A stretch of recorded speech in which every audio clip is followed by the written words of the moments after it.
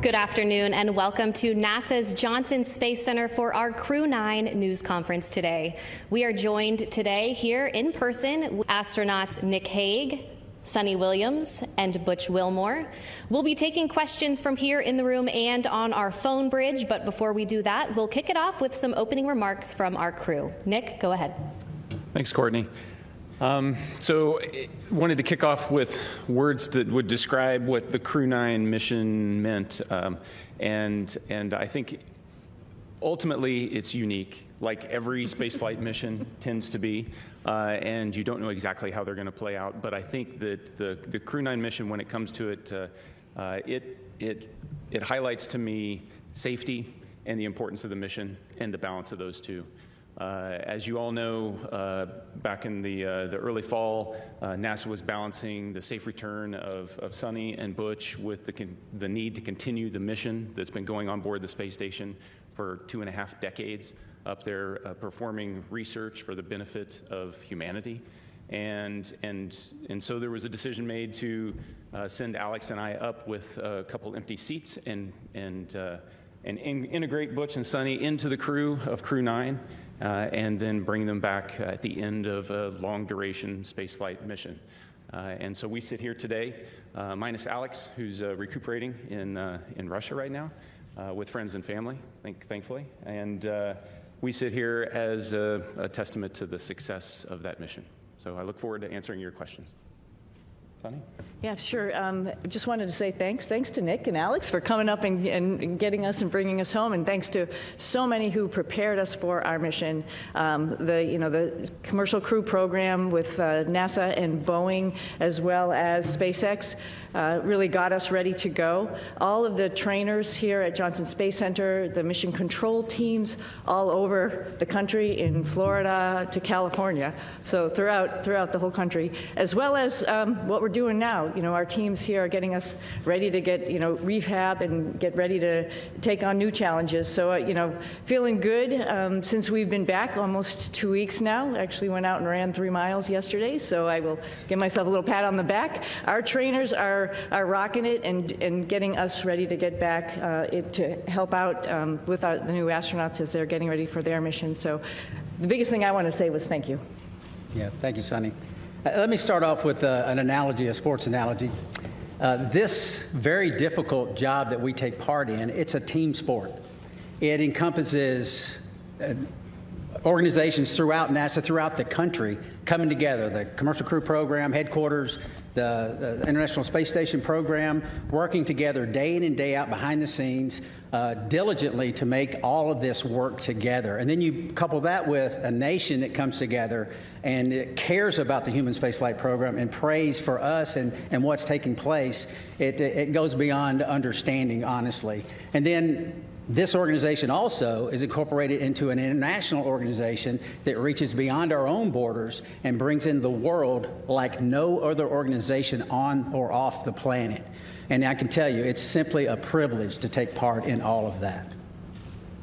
All right, thank you all for your opening remarks. We will go ahead and start taking questions now. If you're in the room, please raise your hand and we'll be sure to get a microphone over to you. If you're joining from our phone bridge, please press *1 when you're ready to enter the queue. And due to the high volume of questions today that we are receiving, we ask that media start with 1 question, and if we have time for a second round, we'll come back around to you. We'll start here in the first row with any questions. Mark, go ahead. Mark Strassman, CBS News. Welcome back, everyone. Good to talk to all of you again.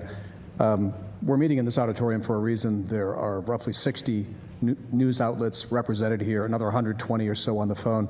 Butch and Sunny, have you been surprised by the continuing and intense interest in your space saga? I would have to say yes, absolutely. It's interesting. We go and launch, and we knew it was a little bit unique. Obviously, first time flying on a new spacecraft. So yeah, that was interesting. But then life goes on up there. And I mentioned yesterday, we pivoted and we are International Space Station crew members, and we're doing what all of our other friends in the astronaut office do: is go and work and train and do amazing science experiments up on the International Space Station. So I think you sort of get maybe a little bit tunnel visioned in what your job is. So, do your job type of thing, right? And so you're not really aware of what else is going on down here. I hate to say that. Maybe the world doesn't revolve around us, but we revolve around the world, like something like that. But, I think we were just really focused on what we were doing and trying to be part of the team and making sure we pulled our weight for the team. Of course, we heard some things, and I'll let, obviously hand this off to Butch, heard some stuff from our friends and family that people were interested and wondering what was going on and concerned about our health and all that kind of stuff while we were up there. But, we were just part of the team doing the job, filling in wherever we could, and then knowing that there's rotational flights and we will be coming home eventually on a rotational flight. So, no, I don't think we were aware to the degree. Pretty honored and humbled by the fact of when we came home, like, wow, there are a lot of people who are interested, very thankful, very amazed that we could hopefully be one positive element to bring people together. Yeah, I don't know that there's much I could add to that. Just thankful for a nation that cares, a nation that prays, and a nation that is involved in the processes that are important to all of us. Okay, we'll take our next question here in the room. Tom, go ahead. Hi, Tom Costello with NBC News. Again, welcome back. Nice to see you all. Everybody's been thinking about you and worried about you. And I'm wondering, once you got your feet back on terra firma, what's the first thing both of you wanted to do? And were there any foods you were craving after 9+ months? Go ahead, Sam. Oh, yeah, I wanted to hug my husband and hug my dogs. And I'll say that in that order. But maybe not. No, I'm just joking. But of course, food, something that's just like for home for me, like something that is very, reminds you of home. And my father was a vegetarian, so I had a good grilled cheese sandwich when I got home. So that reminded me of him. Yeah, certainly embracing the family again, but also the opportunity, and I've already said it a couple of times, is just to say thank you to a nation that got involved in all of this. It makes it special, not just for us, but for all, I think, our nation as a whole. So thank you. All right, we'll take our next question right here in the front row. Thank you. My question's for Sunny. When you first got off the plane in Houston, we saw you hug Zena Cardman, and there was a nice exchange. If you could describe what happened and your gratitude towards the crew members who stepped aside so that you'd have seats coming back. Yeah, it's a great observation, so thank you very much. Zena's awesome. Stephanie Wilson, awesome. When this whole thing was unraveling, like my heart went out because it's just sort of like, wow, you're waiting for your space flight, specifically Zena, as her first flight. Like, wow, it's a little bit rough to know that you're going to be moved to a different flight. But at the same time, she is an awesome person, an awesome astronaut. She's going to get the opportunity. And, this just wasn't the right flight for her to be on at that moment in time. And so I just gave her a big, huge hug. I told her that I used her Crew-9 shirt when we were up there for a photo op, but I packed it back up real nicely and put it in her stuff. And, little joking aside, I just wanted to really tell her thank you for taking one for the team. And that's what our office is about. But she needed to have that acknowledgement. Okay, we'll take one more question here in the room, and then we'll head to our phone bridge. Hi, this question is for Sunita. I'm Jeff Saperstone, by the way, from NBC in Boston. A lot of people in your hometown, in Needham, they've been watching this Go Sox. bit by bit, every moment. Yeah, everybody at the elementary school, there was a big watch party for you when you came home. What's your message to them? They've been so anxiously awaiting for you to return. Oh, well, I'm back.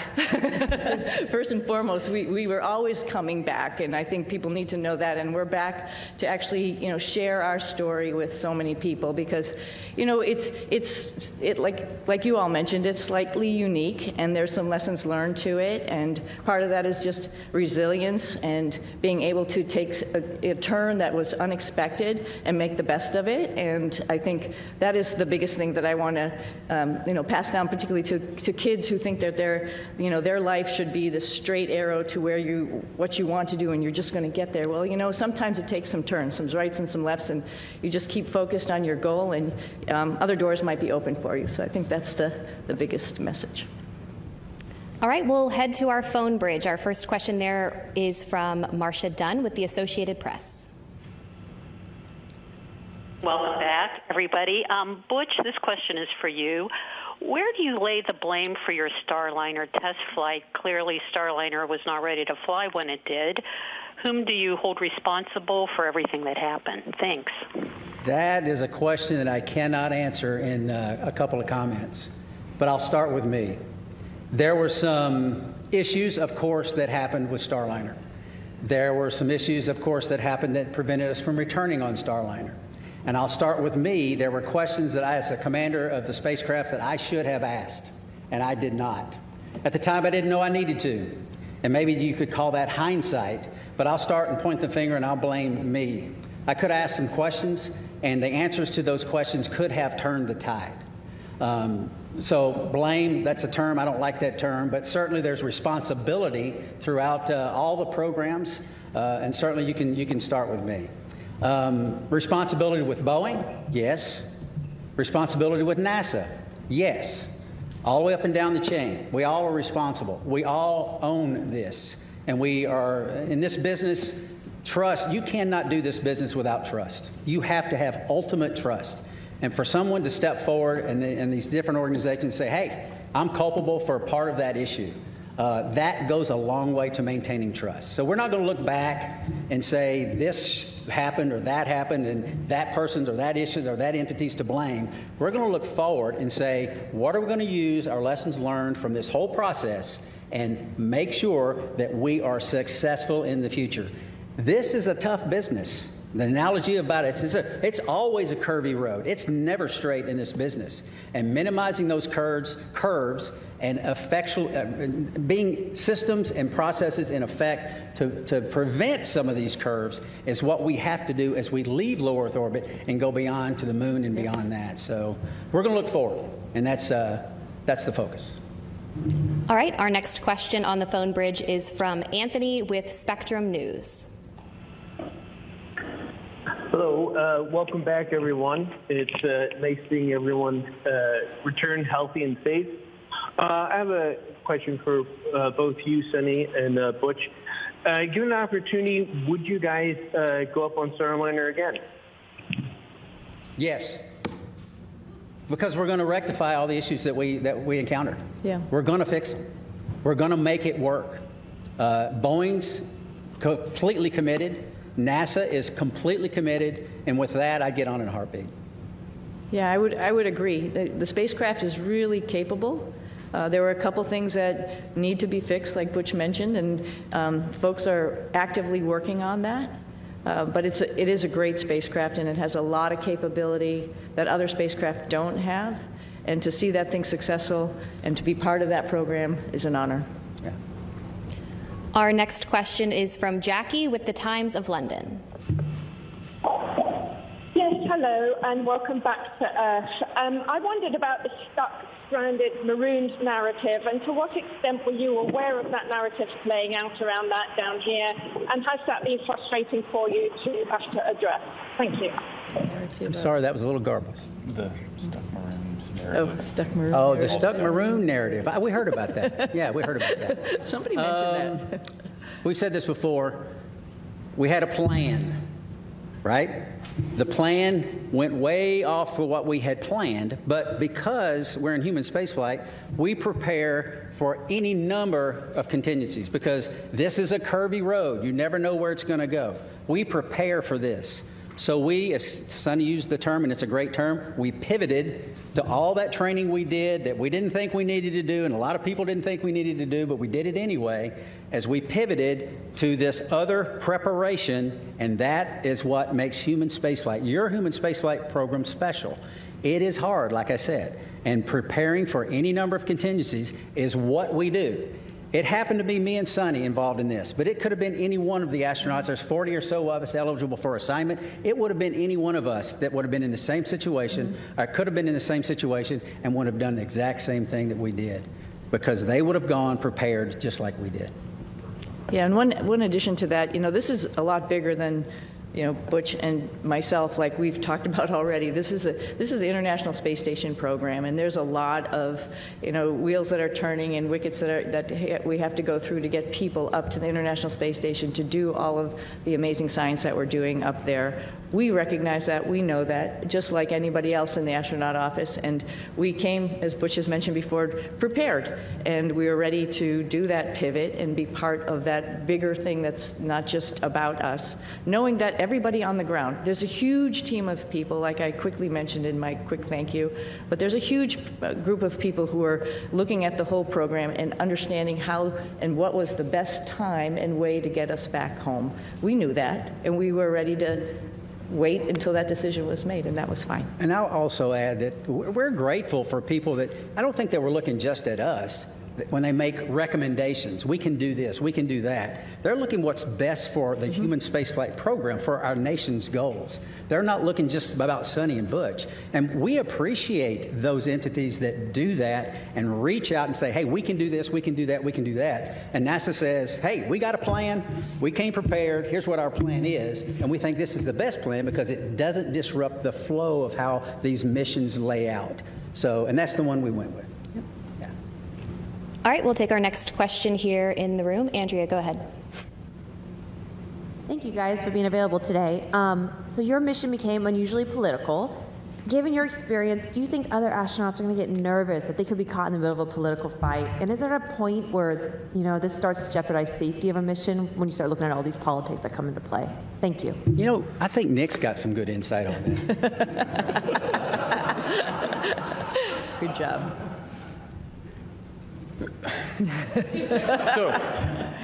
So the way I'd like to answer that is that when we're up there operating in space, you don't feel the politics, you don't feel any of that. It's focused strictly on mission. And if I step back a little bit to the question before, Butch and Sunny talk up here, they make it sound like, everybody figured out what they could do with us. The reality is they are highly skilled, very technically competent, and it took everything I had on every day to keep up with them as they're moving along. So they were more than just gap fillers on the station. They were productive, pushing the station mission forward.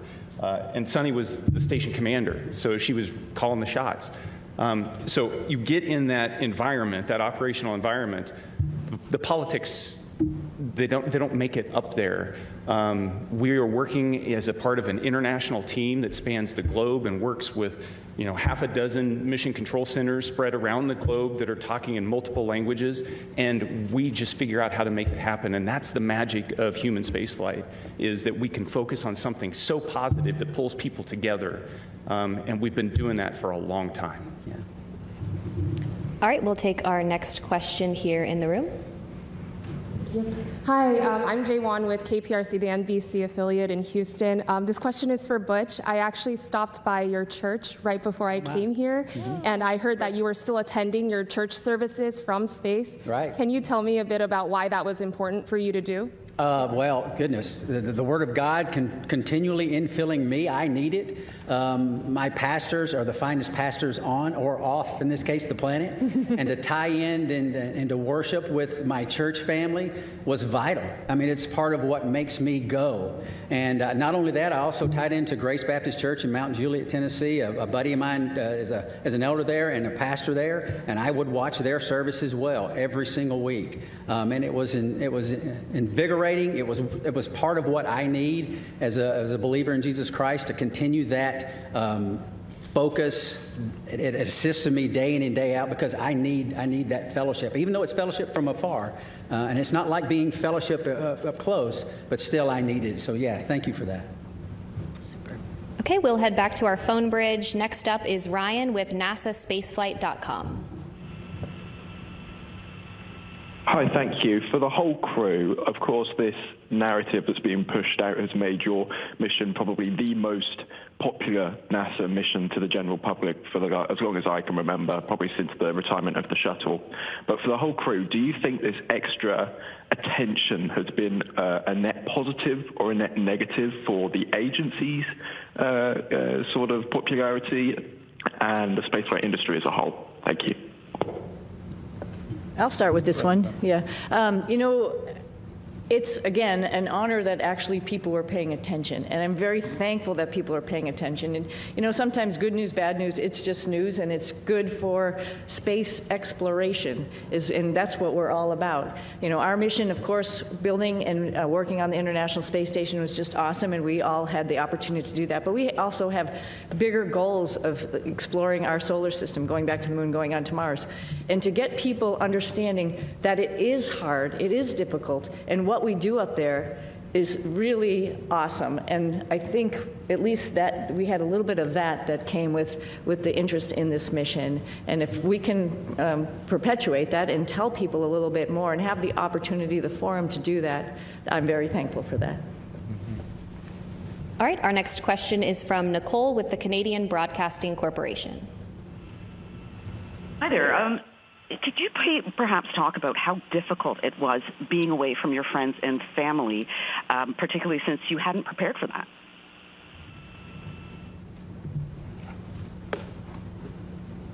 Difficult. Yes, I would say it was difficult. It wasn't in the preparation, but in my family, we talk about these possibilities.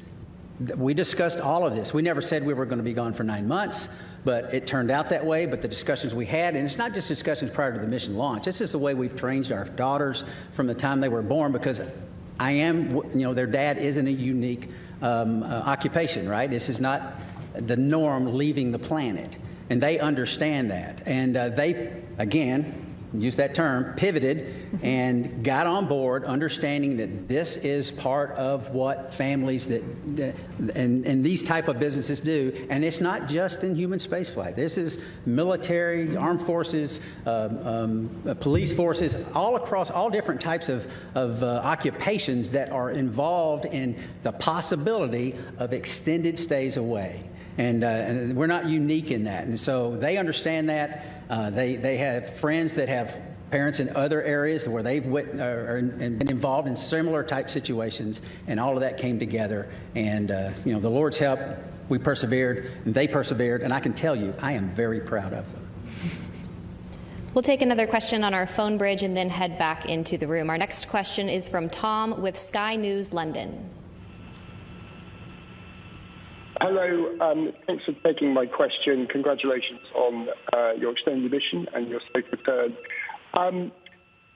Although the political situation around this did bring a lot of attention to space and to the International Space Station, some of the statements that were made during your stay up there caused embarrassment to NASA, forced them to make corrections to statements. Now that you're back, did the politics around your stay make a difficult situation worse? I'm not sure I understood. I didn't understand the question Missed everything exactly. except for that last part. Yeah, you came in you were broken up just a little bit. Could you please try to repeat your question one more time? Yeah, I will. Yes. Can you hear me? I was asking whether, although the political wrangling around your extended stay in space brought a lot of attention to human spaceflight, it did. Some of the political statements raised caused embarrassment to NASA, forced to make denials about various things that were offered and not offered, and sometimes to your astronaut colleagues. Did the politics around your mission make a difficult situation worse? Yeah, thank you for the question.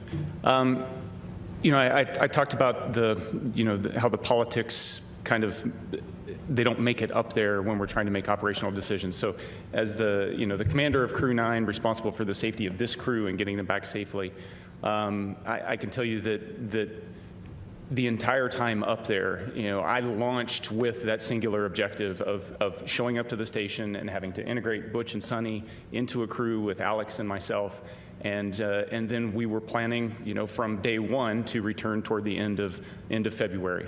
That all predicated on the fact that we would have a replacement crew show up and we'd have adequate handover with that crew before we left. That's important to maintain the mission of the International Space Station, to continue pushing research and exploration. And that was never in question the entire time. There were a lot of options that were discussed, and the ground team and the team on the ground, we've alluded to it a couple times already, is gigantic, and everybody was working with singular focus on how do we end the Crew-9 mission at the right time and maintain the safety and the success of the space station mission. Launching in September, given all the unique dynamics surrounding this mission, and coming back originally targeting the end of February and hitting the middle of March, that's pretty much on target if you look at the track record of human spaceflight. It's dynamic, it's challenging, the weather doesn't always cooperate, but we figure out how to make it work. All right, we will take our next question here in the room. Fox 26 here in Houston. Welcome back to H-Town. Sunny and Butch, both of you all have a long history of being active and athletes, but with that being said, obviously you all spent nearly 9 months in space. What does that recuperation and recovery process look like getting acclimated back here to Earth? I'll start. I can tell you we have a group of individuals, astronaut strength conditioning and rehabilitation specialists. And we are directly integrated with them day in and day out. They send us protocols to work out. And I can tell you, I'm not as young as I used to be, but I was stronger on space station doing more weight and more reps on exercises than I have in my entire life. Because this group of professionals work to get us stronger and stronger and stronger. We're trying to minimize muscle atrophy, minimize our bone loss. So if we go to other planets, the moon and other planets in the foreseeable future, that we will be able to function when we get there. It's a whole science built around this team of individuals that are working to help us better understand human physiology and what zero gravity does to it and how we can mitigate the effects of the bone loss and the muscle atrophy. So day in and day out, I worked out every single day. We went into quarantine on the 22nd of April. And starting on the 22nd of April, I never missed a single day of workout because your body can recuperate in zero gravity. It doesn't have the normal stresses of gravity on it all the time. So you work out real hard, you hurt for an hour, and it finally fades away and you're ready to go the next day. So I applaud those individuals. They are making huge gains in the preparation to go beyond low Earth orbit. And it's science that is taking place day in and day out and has for years, and we're still learning and we're still progressing. Yeah, at like day 265 on the ARED, because it counts all your days that you go and do a workout, I was thinking, I wish the hay was in the barn. But every single day, just like Butch is saying, you got to get on the machine and work out. And it actually is a really great stress relief to be able to have that time up there and run or bike or lift weights. It's really great. And the folks that Butch is talking about, is along with the nutritionists, really are looking out for us and making sure that when we get back here to planet Earth with gravity, we'll be able to function. So yeah, it's an adjustment when we get back, and they're here right with us from day one when we landed, ready to evaluate us and see how we're doing, and then work on a protocol to get us back. And like I said, I sneakily went for a run yesterday, but that's all as a result of their hard work. Yeah, I mean, who would even imagine that you come back from 10 months in space, roughly 10 months, and within a week you run 2 miles at an 8-minute pace? I mean, that's not even conceivable that the body could handle that. But these folks get us ready to where those type of things happen. Okay, we'll take our next question here in the room. Yes, hello. I'm just wondering, there are a lot of people that depend on jobs here in the aerospace industry in the Houston area, 23,000 total. Wow. In the past, when there have been issues with NASA spacecrafts, there have been delays, and now we have another issue with the Boeing Starliner. Is there any concern that your issues with Boeing may delay future projects, future missions? And what would you say to one of your fellow astronauts before they go up on another test flight? Well, that's a great question. Yeah, it's a great question. And I think we all have alluded to it. There's lessons learned. And that's like a piece of hope, right? We're not just sitting here doing the same thing over and over again, and we're learning from every mistake potentially, or maybe a decision that we've made and how we could make that better and do better the next time. When we go to the moon, we won't have an International Space Station to maybe take a stop at. We really have to get it right. And because of our mission, I think that highlighted some areas where maybe we need to work on and get it right for our fellow astronauts. I think they're encouraged encouraged by that, right? You learn and you move on and you get better. And I think that's part of the learning process. It's part of the exploration process. I mean, we are scheduled on Wednesday to meet with Boeing leadership, the program managers, senior chief engineers, to discuss some of these issues. They want to come together with us, Sunny and myself, because we lived through this with them, and get on board with what the future looks like. And having flight crew with background in test and acquisition involved in the processes going forward to make sure that we're dotting every I and crossing every T. But still, that doesn't mean that you're guaranteed success in anything. Like we've said many times, this is a tough business. And we're learning all the time to go further and further and further. We'll take another question here in the room. I'm Chang from New York Times. This is for all of you guys. I was wondering if you could sort of talk about your personal future. Sorry. There's been a lot of talk about this uncertainty about the future of the human spaceflight program, suggestions that ISS should be deorbited in a few years, there should be a pivot from the moon to Mars. How do astronauts feel about these potential changes?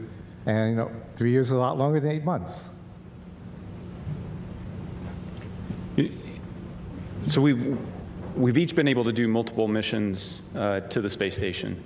And I'll let Butch and Sunny add on to this, but one of the things that I noticed was a dramatic increase in the complexity and just the weightiness of the experiments that we were conducting this time around on the station since 6 years ago when I was last there.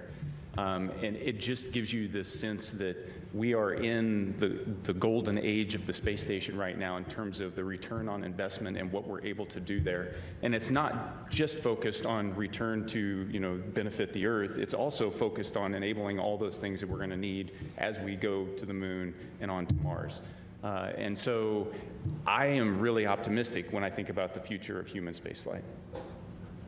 Yeah, I would add on to, it was over a decade since I've been up there last, and I was pretty excited about what was going on. There was a lot going on when we first got there. It was an honor to be working with Crew-9 and seeing all that they were doing and just trying to help them with their stuff, and then, being, prime, moving up to the prime spots for Crew-9 and Expedition 72 as we took on a lot of experiments ourselves as well as spacewalks. And what the space station is doing to help us in exploration is really encouraging, and it's exciting.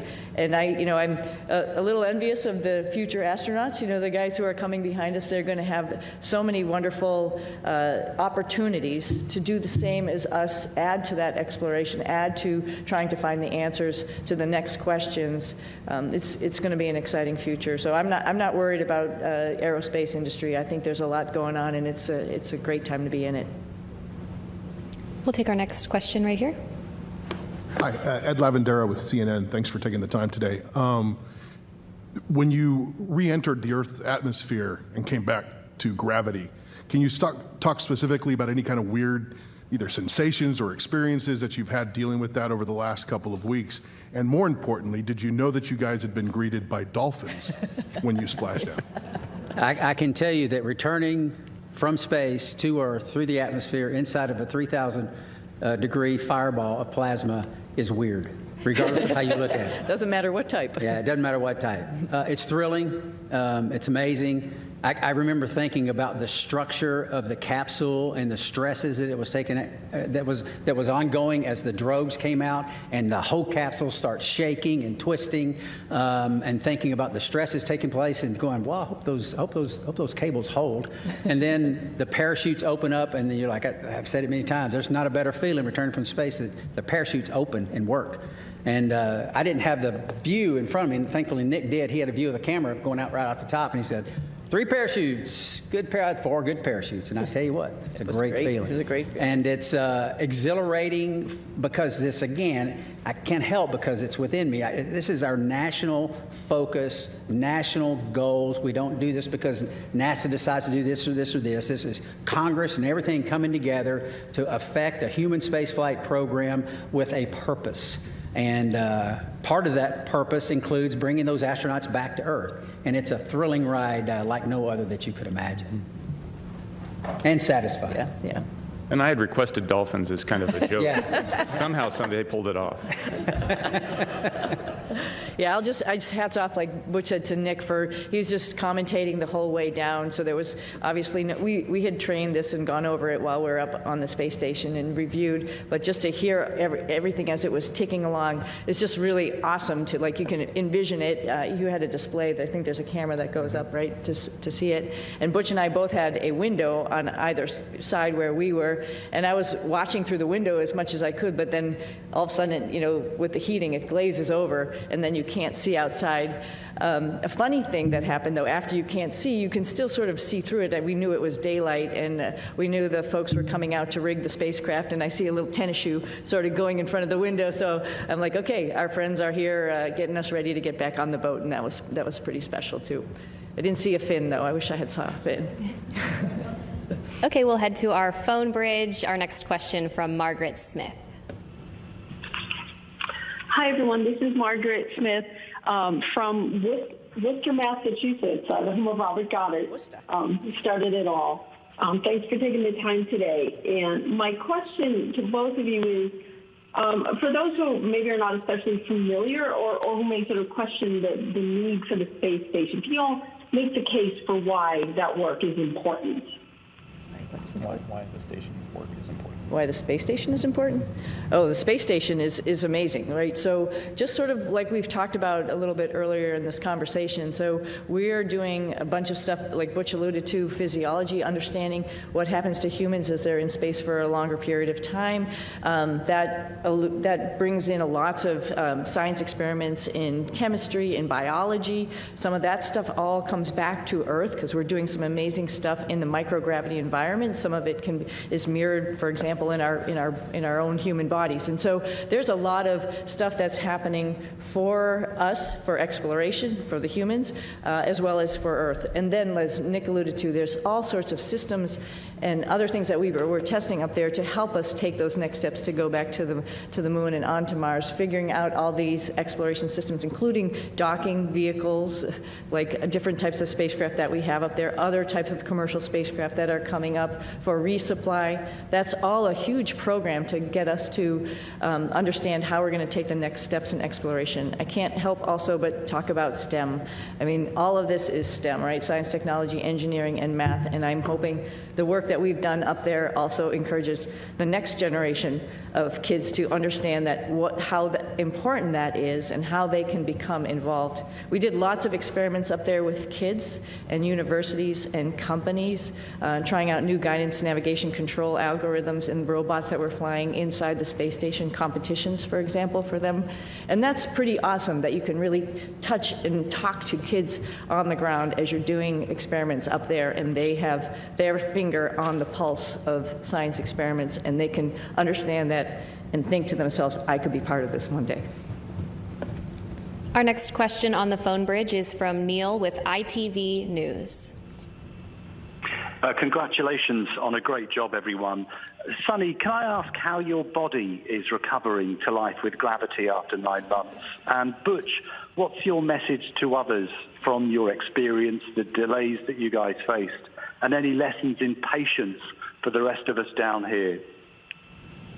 Oh, I think I'm doing okay. I was just joking around and showing off a little bit, but no, seriously, we talked a little bit about our group, the Astronaut Strength Reconditioning folks that are getting us back in shape, and every day feeling better and better. It's pretty much a miracle to see how your human body can adapt. I mean, the first day we got back, when all of us came down the ladder and greeted everybody, it was we were all a little bit wobbly at that time, and it's amazing within 24 hours how the neurovestibular system kicks in, your brain understands what's going on. And then the agility and the weightlifting that occurs in the next week that makes you feel good enough to actually, like I mentioned, go out, run, actually lift weights, get in there, do squats and deadlifts and stuff already. That's pretty incredible. So I knew it was going to happen. We all knew it. We've all flown before. We all knew that there's just this little bit of a hump to get over, and then you can get back on it. Hope to do a couple of races in the springtime. Yeah, I think the clear message is that, like I said when I started, it takes a team. It takes a team of motivated and passionate individuals We don't have a human spaceflight program. You don't have folks sitting up here in a blue suit without the massive team that's making it all happen. We get to ride the pointy end of the rocket. It is wonderful. We get to go to the space station. We're the arms and the eyes for PIs here on Earth. They're the ones that are doing the hard work. We're just setting up and doing and switching and changing.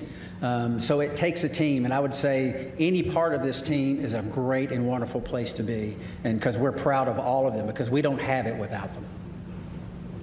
Our next question is from Marcia Smith with Space Policy Online.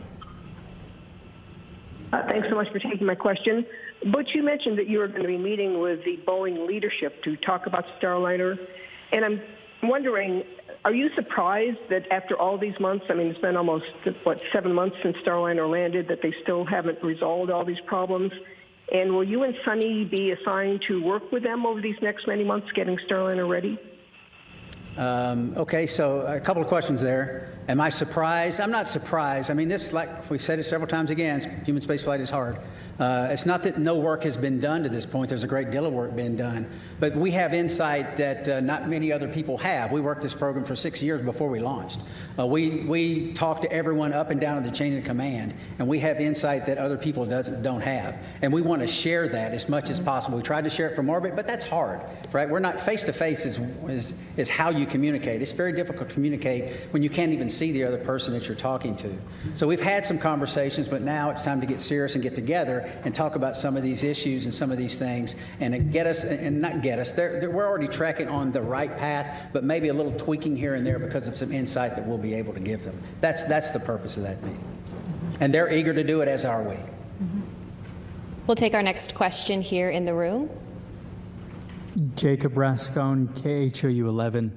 I wonder what you would say about the life lesson I think we can all relate to. We've all made plans, we've all been excited about those plans, and we've all watched those plans kind of fall apart.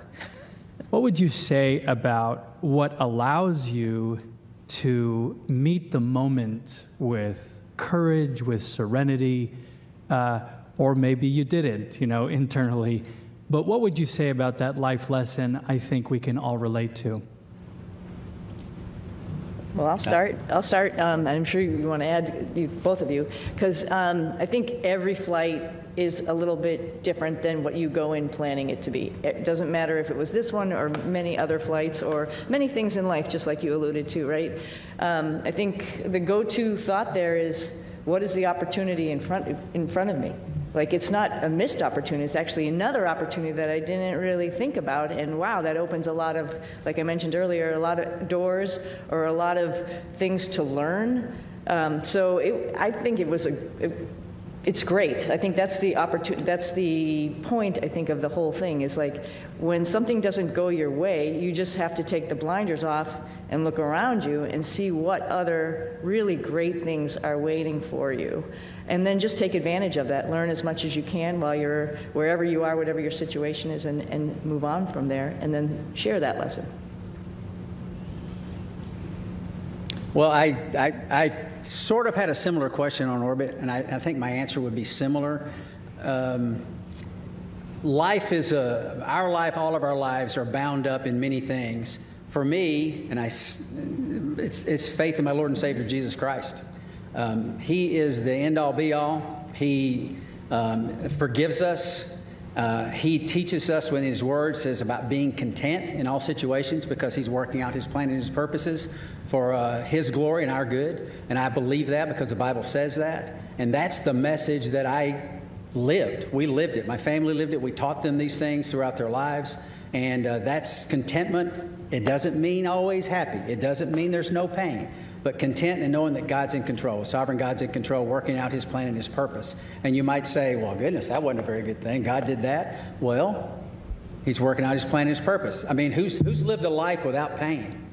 I mean, no one. That's the nature of existence. Who's lived a life without sorrow? Who's lived a life without challenges? It grows us, we learn from it, and that's the focus that I try to take from it. Is what's the Lord trying to show me? And what's He teaching me? Because there's so much to learn in life, and there's so much to learn from this evolution. And I think I know my daughters are better off for it, and I'm grateful for that, and I think we are as well. If there's any additional questions here in the room, please be sure to raise your hand and we'll get a microphone over to you.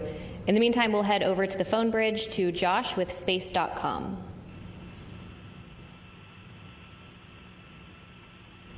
Hi, Josh Dinner. Thank you all so much for doing this. This question's for all three of you. What were the most out of this world and your favorite experiments or tech demos you got to be a part of on this mission? And for Williams and Wilmore specifically, did the extension of your mission create any new opportunities for experiments or research that was not originally planned for the expedition? You start. Sure. So while I was up there, we performed about 150 different experiments. Of those, the ones that you know the most about are the ones where you end up being one of the guinea pigs in the experiment. So there's about a dozen different experiments where we were doing things to me and seeing how my body adapted.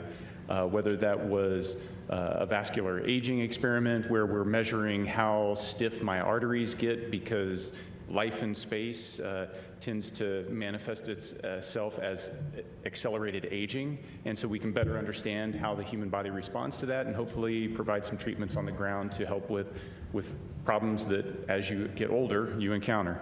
How our immune system works. Did a whole study on the immune system and how my body was responding. Life on orbit tends to suppress the immune system, and why does that happen? We're trying to understand that so that we can help design better treatments on the ground, but also understand how we can support crews that go deeper into space on longer missions. Probably one of the most shocking experiments. Butch and Sunny got to watch me wire myself up to muscle stimulation pads and shock myself and trying to figure out how do we keep our muscles strong when we don't have access to all the equipment we have on the International Space Station, because as we go to the moon and on to Mars, that's a lot of extra mass, and if we can do it with smaller equipment, maybe that works. The side benefit of that is anybody that's been bedridden on the ground, that's also a treatment for how you can support somebody that's been kind of tied to a bed for a long period of time and help keep them healthy. So there's a benefit directly to the ground. That's three of them. They're all interesting, and I'm one of many subjects, and it takes years to get enough subjects to go through the space station to be able to generate enough data to draw some conclusions. And so that's why research up there takes a long time. But the value is clear. Just very briefly, there's some medications on Earth that work well with a certain age group, but the same medication doesn't work so well with another. So it's a capillary flow experiment to try to understand how that medication is flowing through our bodies, and maybe there's something we can figure out as to why those things are. And we're trying to figure that out. And that's very beneficial, obviously, to mankind, and may benefit some of our families one day. Yeah, and I just want to highlight some other science that's going on up there, because we have just an amazing person, Don Pettit, who's up on the space station getting ready to come home.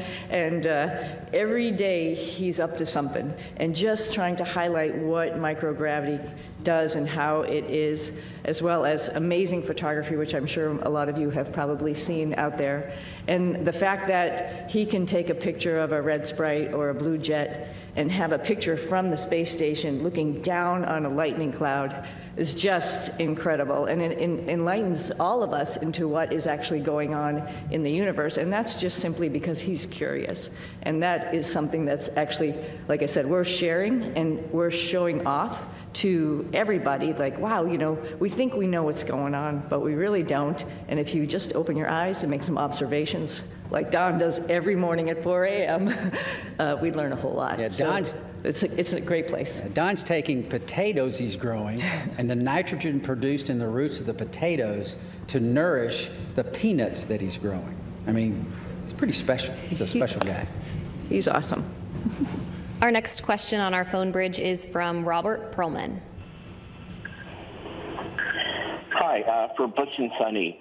You're now the first astronauts to fly on both Starliner and Dragon, admittedly one on the way up and one on the way down. Was there anything about either spacecraft that you found you liked more about the other that stood out as a feature, especially in terms of crew amenities?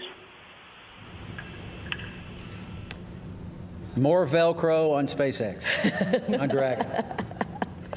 That's a crew amenity. That's a crew amenity, which would be We've talked nice. about Yeah, that. yeah, That's why I said. Yeah. You know, they're both unique and they both have their purpose and made to do the same thing, but I think what's really cool is, you know, give a problem to two different people and see how they solve it. Starliner is a really awesome spacecraft, like Butch had mentioned, with the integration of manual control as well as automation, as well as its vision systems.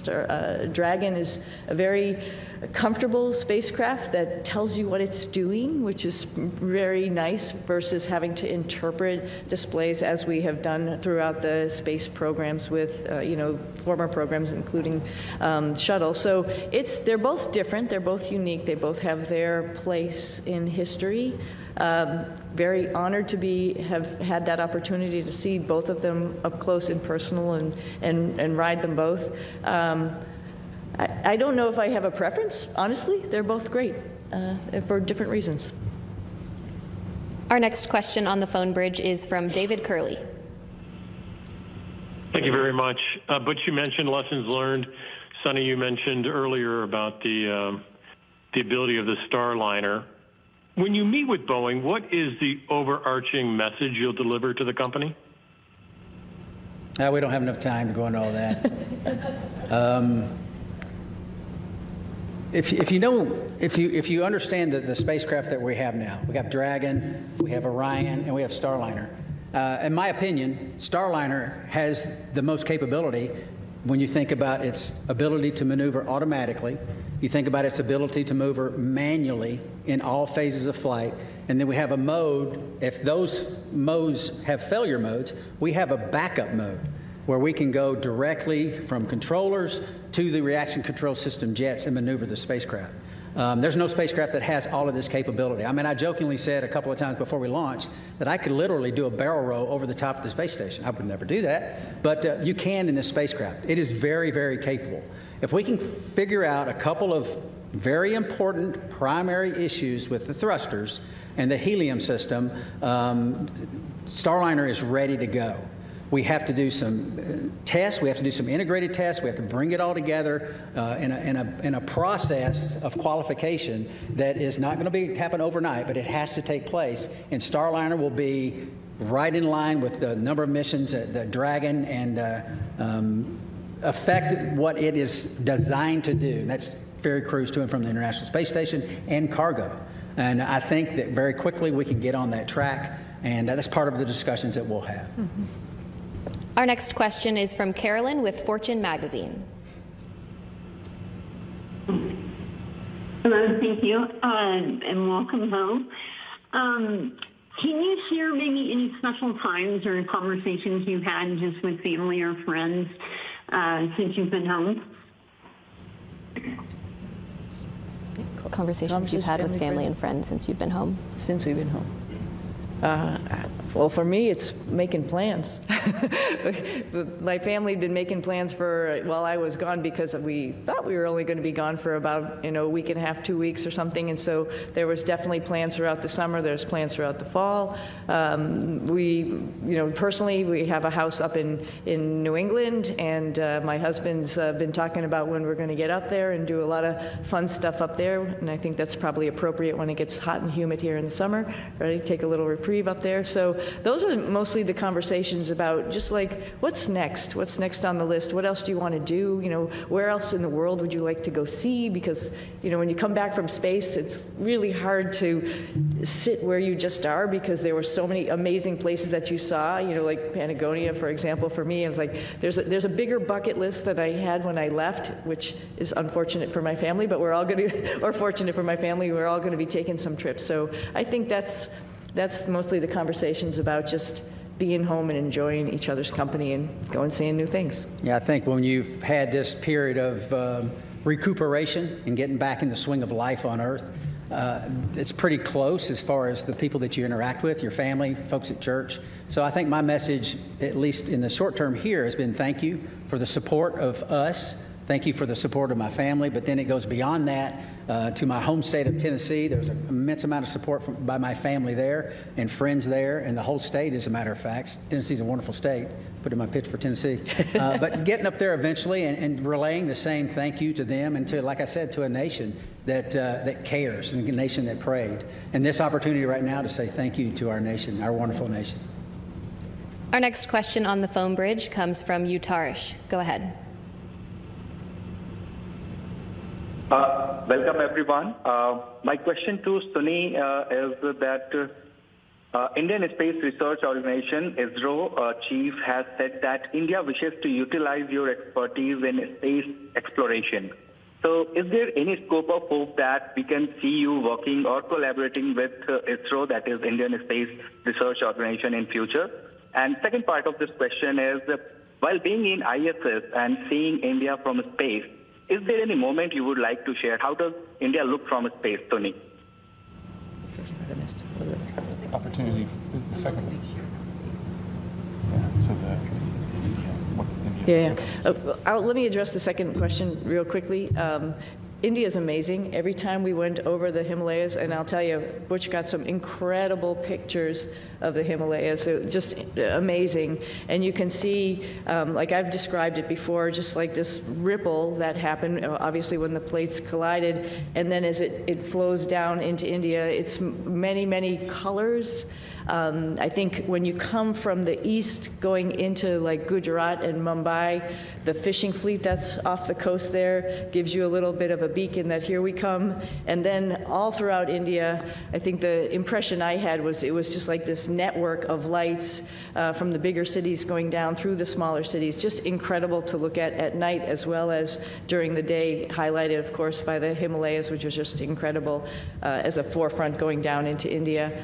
I hope, and I think for sure, I'm going to be going back to my father's home country and visiting with people and getting excited about the first, or not the first, but the Indian astronauts who's going up on the Axiom mission coming up. Pretty awesome. They'll have a hometown hero there of their own that will be able to talk about how wonderful the International Space Station is from his perspective. But I hope I can meet up at some point in time and we can share our experiences with as many people in India as possible, because it's a great country, another wonderful democracy that's trying to put its foot in the space countries, and we'd love to be part of that and help them along. Do you plan to take your crew members on that trip with you? Absolutely. You might stick out a little bit, but that's okay. We'll get you all primed with some spicy food. We'll be good. Okay, we have time for one final question on the phone bridge from Jim Siegel. Everybody, Jim Siegel here from Florida Media Now. Thank you for taking my question. Butch and Sunny, you missed a couple of holidays while you were back up at the International Space Station, Christmas and Thanksgiving. I wondered whether you have done or are planning to do anything special with your family and friends for those holidays. Thank you. I don't think we missed them. Right. I think we celebrated every single one. We actually had a reindeer that we built and rode like a bull. I don't know if you saw those pictures, but we celebrated in style. Trust me. Oh yeah, and Nick was great because he came up anticipating that we were all going to obviously be there for those holidays. So he was like Santa Claus, had his little bag of goodies for all of us, and it was pretty awesome to have the holidays up there. It's pretty unique, and not many of us get to do that. So it was a lot of fun. But this holiday season will be special, for sure. Absolutely. Yeah. All right, that's all the time we have for today. Thank you for joining in on our news conference today, and thank you for your continued interest in NASA's SpaceX Crew-9 mission. We'll see you next time.